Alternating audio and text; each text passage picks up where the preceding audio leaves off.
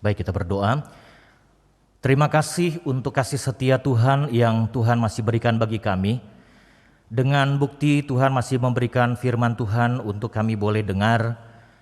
Karena di dalamnya ada nasihat, ada tuntunan Tuhan, pimpinan Tuhan bagi kami, teguran, sehingga kami masih bisa diarahkan Tuhan untuk tetap menjadi anak-anak yang seturut dengan kehendak Tuhan. Berkati hamba-Mu sehingga maksud Tuhan dan pesan Tuhan boleh sampai kepada kami semua dan kami menjadi anak-anak yang mau melakukan firman Tuhan. Terima kasih, hanya di dalam nama Tuhan Yesus kami sudah berdoa dan menyambut firman Tuhan dengan ucapan syukur. Amin. Silakan duduk saudara. Baik, shalom sekali lagi. Ya, kita bersyukur waktu ini kita boleh bersama-sama beribadah di dalam satu ibadah di masa-masa pandemi ini. Ya, masih tetap dibatasi jumlahnya saudara-saudara, dan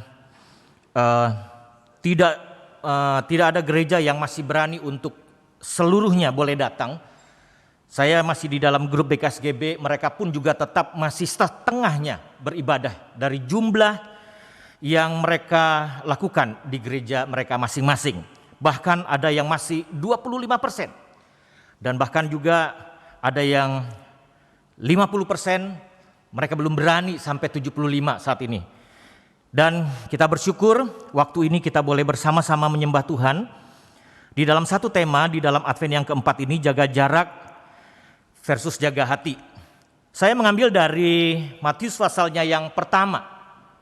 Saudara-saudara, Matius pasal yang pertama, saya akan bacakan untuk kita semua mulai dari ayat yang ke-18 di dalam satu teks kelahiran Yesus Kristus. Kelahiran Yesus Kristus adalah seperti berikut. Pada waktu Maria ibunya bertunangan dengan Yusuf, ternyata ia mengandung dari Roh Kudus sebelum mereka hidup sebagai suami istri. Karena Yusuf suaminya seorang yang tulus hati dan tidak mau mencemarkan nama istrinya di muka umum.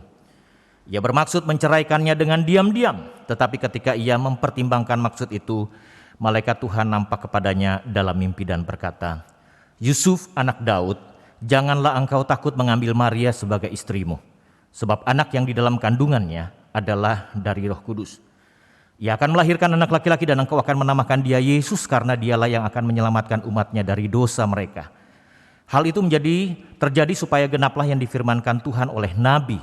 Sesungguhnya anak darah itu akan mengandung dan melahirkan seorang anak laki-laki, dan mereka akan menamakan dia Immanuel, yang berarti Allah menyertai kita." Sesudah bangun dari tidurnya, Yusuf berbuat seperti yang diperintahkan malaikat Tuhan itu kepadanya. Ia mengambil Maria sebagai istrinya, tetapi tidak bersetubuh dengan dia sampai ia melahirkan anaknya laki-laki, dan Yusuf menamakan dia Yesus. Yang berbahagia mereka yang bukan saja membaca, namun yang melakukan dalam kehidupan sehari-hari. Saudara-saudara, masa pandemi ini sudah jelas bahwa kita memang betul-betul harus menjaga jarak dalam menangani penyebaran virus yang ada. Sampai di keluarga pun saat ini kita juga harus menjaga jarak. Tapi sekarang kayaknya sudah tidak ada jaga jarak lagi saudara-saudara. Mall juga sudah penuh ya. Airport juga sudah penuh. Jadi sudah kayaknya sudah tidak ada jaga jarak ini. Yang penting merasa bahwa sudah divaksin, sudah merasa aman. Ya. Sekarang saudara-saudara, namun kalau kita menjadi satu perenungan, di dalam Tuhan kita tidak bisa jaga jarak. Ya. Di dalam Tuhan, dalam keintiman kita bersama dengan Tuhan, kita tidak bisa jaga jarak saudara-saudara. Dan bahkan kalau bisa Tuhan katakan kita harus melekat kepada Tuhan. Yusuf Maria saat itu juga berusaha untuk menjaga jarak mereka. Di dalam proses pertunangan, proses berpacaran mereka berusaha untuk bisa menjaga jarak. Yang pertama, jaga jarak. Ini temanya saya ini jaga jarak dan jaga hati ya saudara. Jadi cuma dua bagian, jaga jarak dan jaga hati. Pertama yang jaga jarak. Kalau kita lihat dikondisikan saat ini bahwa Yusuf dan Maria, mereka dari segi tradisi, saya waktu melihat ini, dia ada dua bagian saudara-saudara. Pertunangan pertama itu, engagement itu, Dia ditunangkan waktu dia masih bayi. Waktu dia masih belum tahu apa-apa, dia sudah ingin dipersatukan dari kedua keluarga ini. Nah ini ya. Dan ini mereka masih bayi. Ya kalau bisa ya, anak kita kalau bisa sama-sama nanti kita besanan, begitu ya. Begitu. Nah ini kalau seandainya mereka putus dalam perjalanan waktu dan bahkan mungkin terjadi sesuatu, nggak apa-apa. Tetapi yang kedua, namanya pertunangan yang kedua, yaitu betrothal. Betrothal ini jadi begini, kalau mereka sudah dewasa, sudah mengetahui dan sudah bisa memikirkan ke depannya persiapan pernikahan, mereka dipersatukan di situ. Ini begitu kuat dan ini sudah dianggap seperti satu ikatan pernikahan yang begitu sakral dalam pertunangan ini. Mereka masuk di dalam fase yang kedua ini. Jadi makanya di dalam firman Tuhan dikatakan, kamu ambil Maria sebagai istrimu. Nah ini begitu sakral. Sampai kadang-kadang kalau seandainya mereka meninggalkan, berarti itu istilah menceraikan itu ada di situ. Padahal mereka dalam pertunangan yang betrothal ini, yang kedua. Saudara-saudara, inilah yang pada akhirnya mereka di dalam pertunangan masa berpacaran ini betul-betul mereka menjaga jarak. Mereka tidak bisa bersama-sama. Wakuncar pun kalau bisa ada dua keluarga yang bersama-sama. Waktu wakuncar kalau bisa, tahu wakuncar ya? Wajib kunjung pacar. Nggak tahu ya anak-anak sekarang mungkin sudah nggak tahu lagi istilah begitu. Wajib kunjung pacar. Semua kalau bisa keluarganya ini ada. Ini begitu sakral karena pertunangan mereka. Dan mereka betul-betul masih tetap harus menjaga jarak. Mereka belum bisa bersama-sama. Sekarang beda saudara-saudara. Baru kenal 1-2 hari, ada yang nembak, udah nempel sama-sama. Jalan udah kayak perangko, dunia milik kita berdua, yang lain pada nggak ada. Bukan ngontrak lagi, nggak ada sama sekali. Saudara-saudara, inilah yang sengganya kita lihat di sini.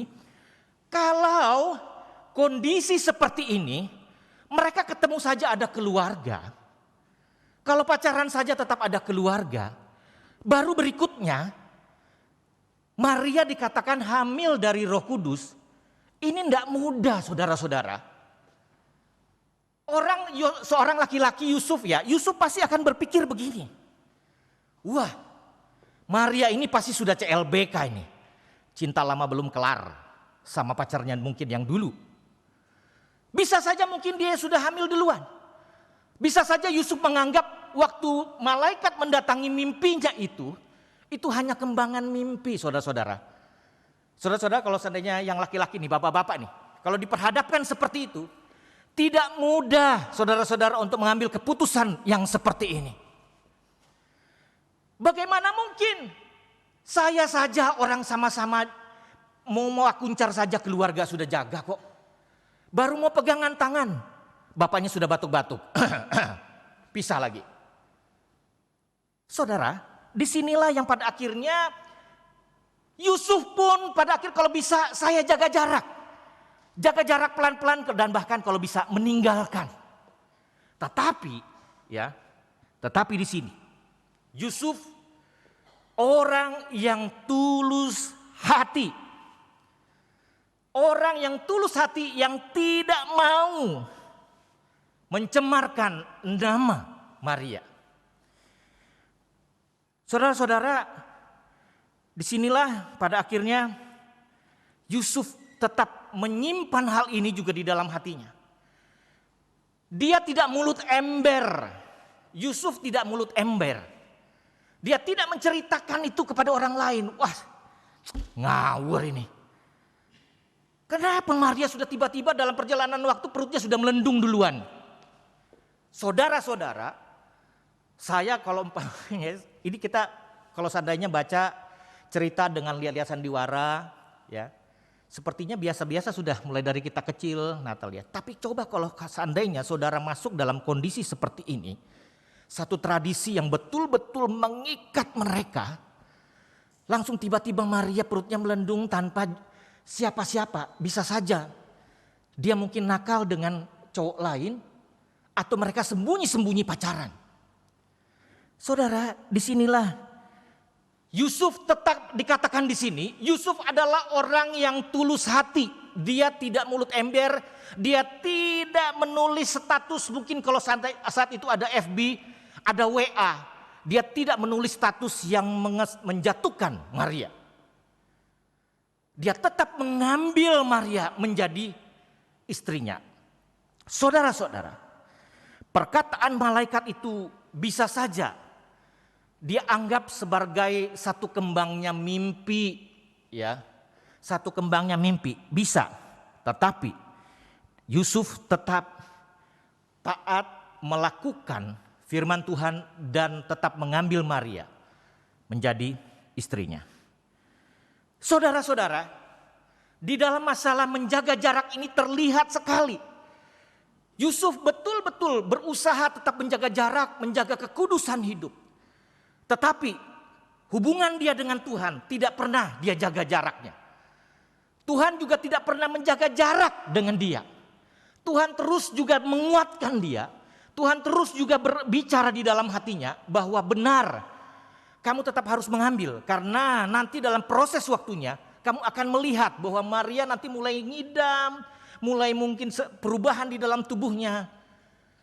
Dia tetap harus betul-betul tidak boleh menjaga jarak dengan Tuhan.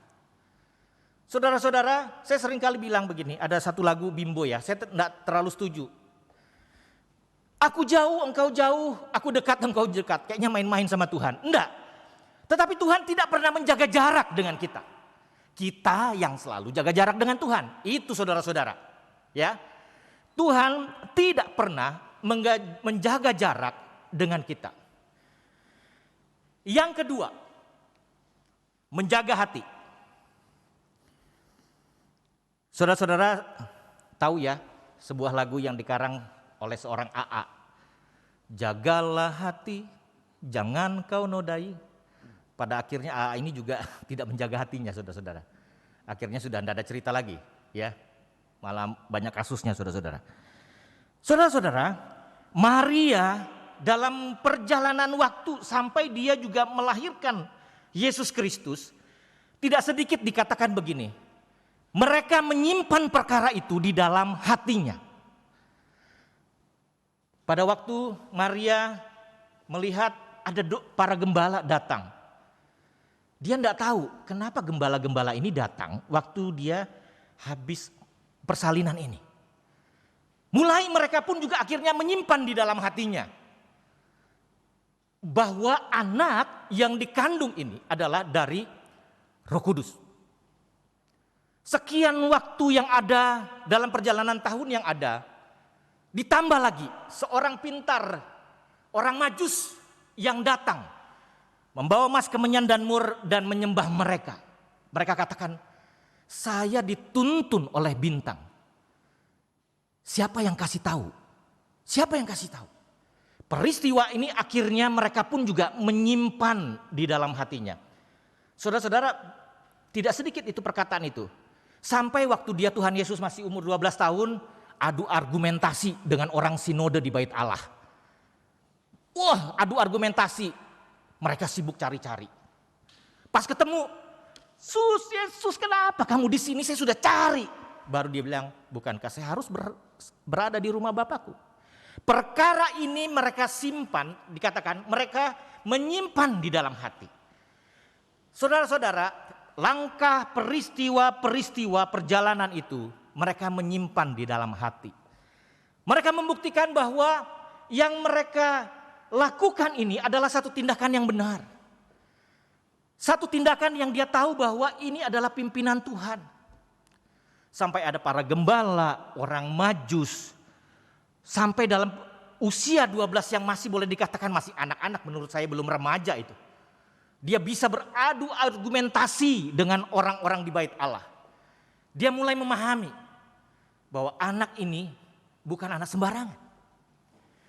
Saudara-saudara, mereka menyimpan di dalam hati. Kalau hati mereka tidak melekat kepada Tuhan, mereka sudah mungkin meninggalkan anak ini. Yusuf pun kalau seandainya tidak melekat hatinya kepada Tuhan, dia sudah lama meninggalkan Maria. Saudara-saudara, saya menggunakan istilah melekat. Karena kita nggak bisa pakai istilah dekat saja. Gambaran pokok anggur itu sangat tepat, saudara-saudara.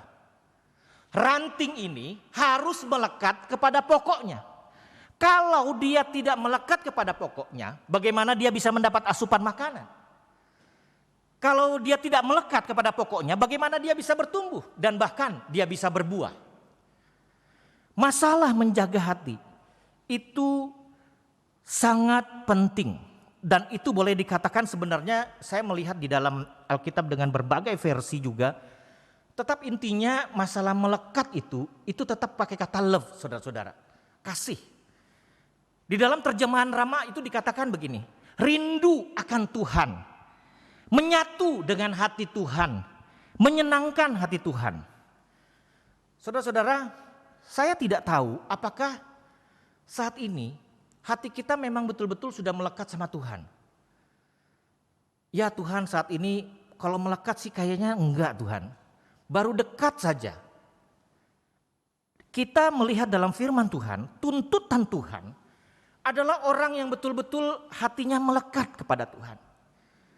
Ada satu tafsiran yang menjelaskan dengan jelas sekali, beberapa nabi yang boleh dikatakan hatinya melekat kepada Tuhan. Salah satunya baik Henokh dan Nuh. Saking hatinya melekat kepada Tuhan, dikatakan mereka adalah orang yang hidupnya bergaul dengan Allah. Sudah sejauh mana kita adalah orang yang dikatakan hidup yang bergaul dengan Allah? Saudara-saudara, ini menjadi satu perenungan juga bagi saya sebagai seorang hamba Tuhan. Saya tidak tahu. Kadang-kadang ini menjadi tantangan bagi saya di dalam saya berbicara. Apakah saya termasuk orang yang sudah dikatakan bergaul dengan Allah? Apakah saya masih bisa dikatakan juga seperti halnya Henokh dan Nuh, orang yang bergaul dengan Allah, yang hatinya melekat kepada Allah? Ya, doa saja pada waktu makan baru mau tidur. Baca Alkitab aja pada waktu hari Minggu ke gereja. Sudah berkali-kali gema dikirimin tiap hari. Boro-boro saya mau membukanya. Boro-boro saya membacanya. Jelas-jelas saya bukan orang yang bergaul dengan Allah. Sudah perjalanan waktu yang ada, banyak sekali firman Tuhan yang saya lewatkan untuk saya bisa mendengarkan suara Tuhan berbicara kepada saya. Seorang hamba Tuhan dia katakan begini, untuk kita bisa mengenal hati Allah, bagaimana mungkin kalau seandainya kita tidak dekat dengan Allah? Seorang kekasih, bagaimana kamu bisa mengenal dia kalau seandainya kamu tidak dekat dengan dia? Seorang kekasih, bagaimana kamu bisa mengenal pasanganmu kalau seandainya kamu tidak pernah quality time dengan dia? Saudara-saudara, kan banyak kan orang kalau sudah umpamanya menikah, kaget. Oh, sekalinya pasangannya itu begini. Nah, mulai kenal dia. Mulai kenal. Karena apa? Pertemuan yang boleh dikatakan setiap buka mata dari tidur ada dia, ya. Mau makan ada dia. Apapun ada dia. Lama-kelamaan kita bisa mengenal dia. Nah sekarang, apakah kita orang yang betul-betul mengenal Tuhan dan sungguh melekat hati kita kepada Tuhan? Ini satu tantangan bagi kita. Pasti kita mungkin bisa menjawab di dalam hati lah, ya. Loss of Fritz, ya paling berapa persen lah. Kita belum dikatakan bisa melekat. Saya mungkin hanya bisa mengenal saja. Saudara-saudara, Allah yang boleh dikatakan melekatkan hatinya kepada kita. Walaupun kita tidak pernah melekatkan hati kita kepada Tuhan, tetapi Tuhan terus melekatkan hatinya kepada kita. Firman Tuhan banyak sekali dikatakan dan dijelaskan bagaimana Allah melekatkan hatinya kepada kita. Walaupun kita juga orang yang masa bodoh, orang yang kurang ajar kepada Tuhan. Niniwe yang begitu jahat saja, Allah tetap mengasihi. Yunus juga jengkel betul ya. Kamu jangan suruh saya ke Niniwe. Saya khotbah berapa kalimat saja orang pasti bertobat itu. Karena kamu mengasihi, hatimu melekat kepada Niniwe. Bangsa Israel yang keras kepala, ya, pingin juga kalau bisa melihat Tuhan yang nyata, membuat patung, tetap hatinya tetap melekat kepada bangsa Israel. Saudara-saudara, saya senang sekali juga di dalam Yeremia pasal 23 ayat 26 ayat 3. Dia katakan kepada Yeremia pada waktu itu, "Sudah Yeremia, biarkan saja mereka melakukan seperti itu. Siapa tahu mereka masih mau berbalik dari kejahatannya. Betapa baiknya Tuhan. Siapa tahu nanti mereka mau bertobat dan berbalik kepadaku." Itu Tuhan itu sudah hopeless itu sebenarnya di dalam Yeremia pasal 26 itu.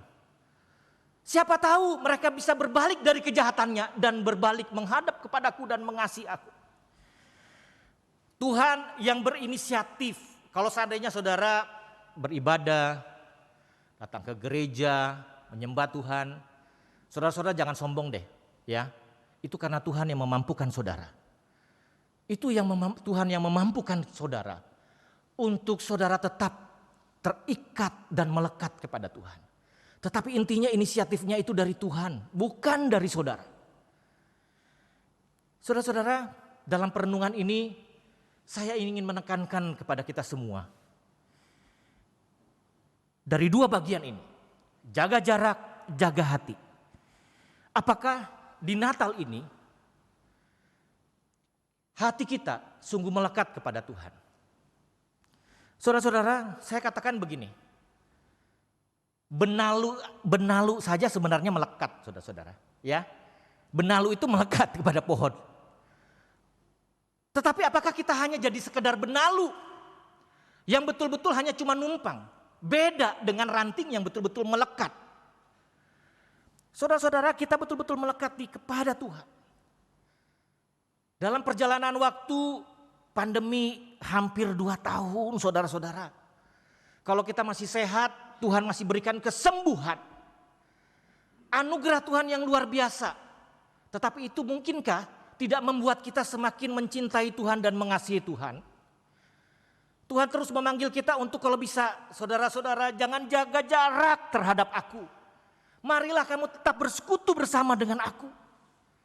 Marilah saudara-saudara tetap melekat hatinya kepadaku. Ataukah mungkin saat ini, ya,